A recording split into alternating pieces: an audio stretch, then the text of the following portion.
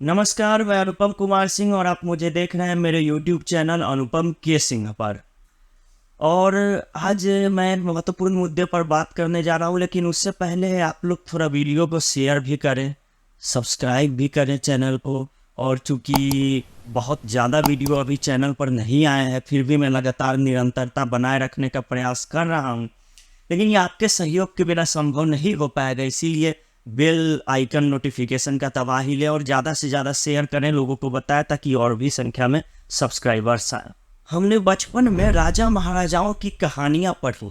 उनके महलों की चहारदीवारी के भीतर कई तरह की गतिविधियाँ होती रहती थी, जो संपूर्ण प्रजा के लिए उत्सुकता और जिज्ञासा का कारण बनती थी। नए जमाने का भी एक राजमहल है, नाम है शीश महल। शीश महल के भीतर क्या सब चल रहा है किसी को नहीं पता। हाँ, अंदर से छन छन कर जिस तरह की खबरें आती हैं, उससे एक चीज तो स्पष्ट है कि कुछ अच्छा तो नहीं चल रहा। भीषण महामारी के बीच जनता के पैसे खाकर बने इस शीश महल में अब तक एक महिला के साथ मारपीट की वारदात सामने आई। मारपीट का आरोप किसी और पर नहीं, खुद दिल्ली के मालिक अरविंद केजरीवाल पर। मारपीट किसी विरोधी के साथ नहीं, बल्कि उनकी ही अपनी एक साथी के साथ हुई है, जो पिछले एक दशक से उनकी ही टीम का हिस्सा है।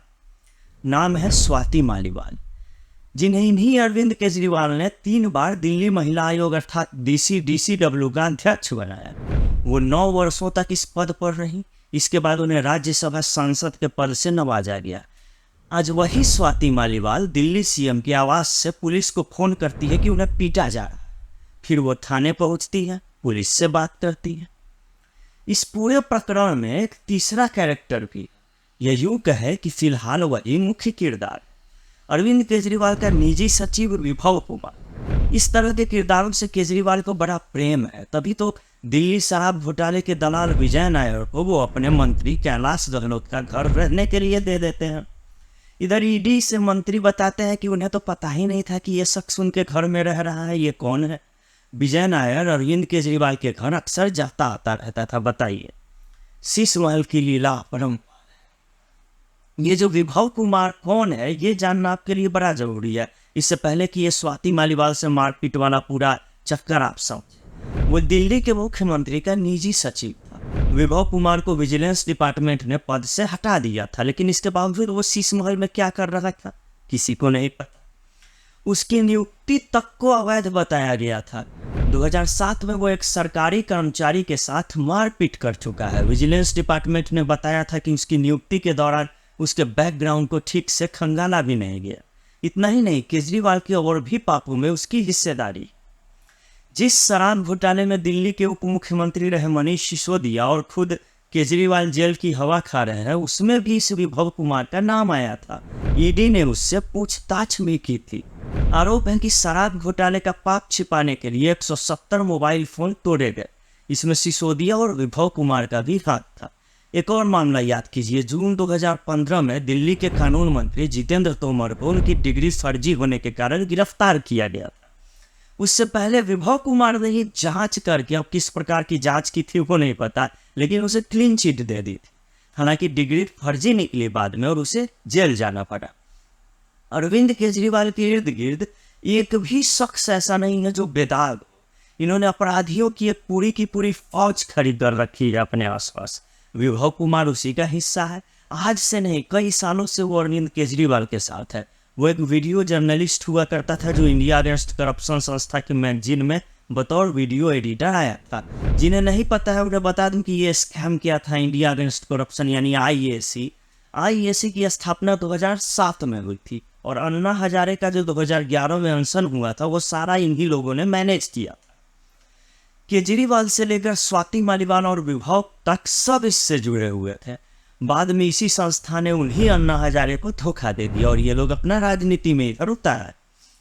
खैर, विभव कुमार के बारे में इतना जान लीजिए अंत में कि अरविंद केजरीवाल कब दवा खाएंगे, कब भोजन करेंगे, ये सब तय करने में विभव कुमार का रोल है। और ये खुद स्वाति मालीवाल भी कोई दूध की धुली थोड़ी। जो महिला अपने बाप पर यौन शोषण का आरोप लगा सकती है, उसके बारे में आप ही सोच लीजिए आगे मैं क्या कहूँ। हो सकता है मुझे महिला विरोधी बता दिया जाए आगे मैं कुछ कहूँ। तो एक बार उसने आरोप लगाया था कि वो रात के समय एम्स के बाहर खड़ी थी तो एक कार वाले ने उसे घसीटा। कार वाले ने उसे लिफ्ट देने का ऑफर दिया, बात की, और फिर स्वाति मालीवाल का हाथ उस कार में फंस गया और कुछ देर घसीटने के बाद वो भाग निकला।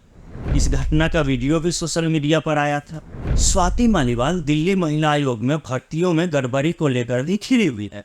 आयोग में 52 अस्थायी कर्मचारी अवैध रूप से भर्ती कर लिए गए थे, जिन्हें एलजी को फिर बाद में हटाना पड़ा। मणिपुर को लेकर भी स्वाति मालीवाल अच्छा खासा ड्रामा कर चुकी हैं और दिल्ली में उनके नाक के नीचे महिलाओं के साथ जो अपराध होते हैं उस पर वो चुप्पी साध लेती हैं। आपको वो घटना याद होगी जब दिल्ली में 16 साल की एक लड़की के साथ यौन शोषण की वारदात सामने आई थी और आरोपित था दिल्ली सरकार का अधिकारी प्रमोदय खाखा। प्रमोदय खाखा ईसाई था। चर्च में ही पीड़िता से उसकी मुलाकात हुई थी। इस मामले में चर्च वाले एंगल को नकारते हुए स्वाति मालीवाल ने सीधा पीड़िता से मिलने की जिद कर दी और पहुंच गई हॉस्पिटल में, और वहां उसने धरना तक दे दिया था दिल्ली पुलिस पर आरोप लगाते हुए कि दिल्ली पुलिस मेरी नहीं सुन रही है, मिलने नहीं दे रही है, और अस्पताल में ही रात को नीचे सो दी गई थी। इसी तरह जब आफ्ताब ने श्रद्धा के 17 टुकड़े किए थे तब स्वाति मालीवाल के मुंह से उस हत्यारे के खिलाफ कोई बकार नहीं निकला। अरविंद केजरीवाल को डिफेंड करने के चक्कर में मोदी सरकार को गाली देना, यही अब तक स्वाति मालीवाल का पेशा रहा है। जब केजरीवाल गिरफ्तार हुए तो वो पहुंच गई अमेरिका और कई दिनों बाद वहां से लौटी। स्वाति मालीवाल का कहना है कि उनका परिवार अमेरिका में रहता है। आपके एक अन्य राज्यसभा सांसद राघव चड्ढा भी यूके में हैं, आपको याद होगा। आज तक विदेश में ही बैठे हुए हैं। पत्नी परिणीति चोपड़ा भारत लौट आई है और क्या बताया गया है? बताया गया कि उनकी आंखों का ऑपरेशन हुआ है। ऐसी स्थिति में किसी व्यक्ति की बीवी उसे छोड़कर चली जाए, ये बात तो बिल्कुल नहीं पचती है। मैंने कहा ना, शीश महल की महिमा अपरंपार। उसी में अरविंद केजरीवाल भी रहता है, उसी में विभव कुमार भी मिलता है, उसी में ये दोनों स्वाति मालीवाल के साथ मारपीट भी कर लेते हैं, और हाँ, उसी में अरविंद केजरीवाल की पत्नी और आजकल पार्टी व सरकार में खासी धमक रखने वाली और सक्रिय सुनीता केजरीवाल भी रहती है। ये चारों उस वक्त क्या कर रहे हैं? इसमें से कौन कहाँ था? स्वाति मालीवाल सुबह सुबह वहाँ क्यों गए? जिस महिला को 9 साल तक महिला आयोग का अध्यक्ष बनाकर रखा केजरीवाल ने राज्यसभा सांसद दे दी, अचानक केजरीवाल को उससे खुन्नस क्यों आ? पाप से बने हुए घर में अब पाप ठीक होगा ना। तभी तो जो व्यक्ति कहता था कि वो बंगला गाड़ी नहीं लेगा, वो वीआईपी सुविधाएं नहीं लेगा, वह आज अपने घर में 8 लाख रुपए का पर्दा, 4 लाख रुपए का कमोड लगवाता है, 15 बाथरूम बनवाता है, घर पर 45 करोड़ रुपए फूंक देता है। तभी तो जो व्यक्ति कल तक लालू यादव और शरद यादव को घोटालेबाज बताता था, उनके साथ ही गलबहियां करता है। जो व्यक्ति कभी अन्ना हजारे का प्यारा हुआ करता था, आज अन्ना हजारे को उससे बिना है। अरविंद केजरीवाल को जिस तरह से चुनाव प्रचार के लिए जेल से अंतरिम जमानत मिली है, उससे पहले ये हमें चर्चा करना होगा कि मी लॉर्ड्स जो है वो क्या कर रहे हैं। ये फैसला उसी संजीव खन्ना ने सुनाया है, जो सुप्रीम कोर्ट का जज है, जो मुख्य न्यायाधीश बनने की रेस में है डीवाई चंद्रचूड़ के बाद। उनके पिता देवराज खन्ना दिल्ली हाई कोर्ट के जज थे। चाचा भी साधारण आदमी थे बेचारे, हंसराज खन्ना दिल्ली हाई कोर्ट के मुख्य न्यायाधीश थे, फिर सुप्रीम कोर्ट के जज बन गए, फिर देश के कानून मंत्री बने, फिर लॉ कमीशन के अध्यक्ष बने। बहुत साधारण आदमी। इसी तरह डीवाई चंद्रचूड़ के पिता भी सुप्रीम कोर्ट में सीजेआई थे। उसका बेटा अभिनव भी वकील है। न्यायपालिका ऐसे ही काम करती है, खासकर जब अरविंद केजरीवाल के पास अभिषेक मनु सिंघवी जैसा वकील हो, तब क्या दिक्कत है।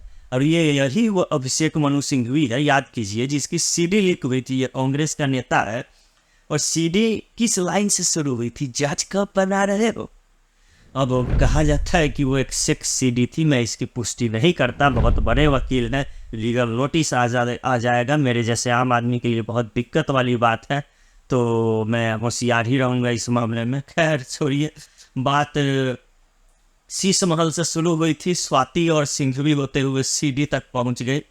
अब देखते जाइए ये मामला क्या गुल खिलाता है और स्वाति मालीवाल का आगे क्या एक्शन होता है, अरविंद केजरीवाल आगे क्या करते हैं।